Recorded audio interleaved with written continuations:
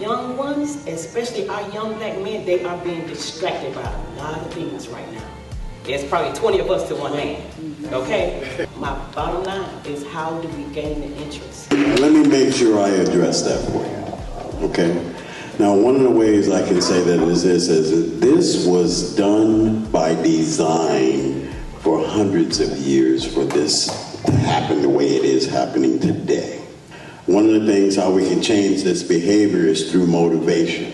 You know, we have to give them some sort of motivation for change. Like, for example, a lot of people are motivated by money, you know, so how I use that motivation is through aquatics, letting them know how much money they can make.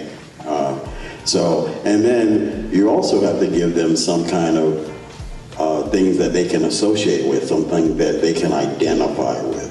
Role models come into play. You can identify with, like being involved in sports, or being involved in a community aspect, or being involved in church.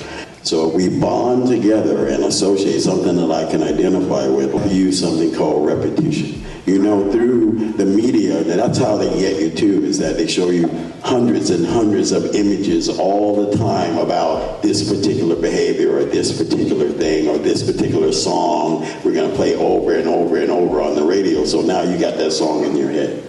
So we have to use these same techniques in order to implement change. The last letter being sense, S, senses, use of senses. If I can feel it, if I can touch it, if I can taste it, if I can see it, you can use those mediums in order to implement change and change behavior. So these are 4 concepts of learning, how we can actually implement change in our communities, and we have to adopt this mnemonic Mars in order to change behavior in our community.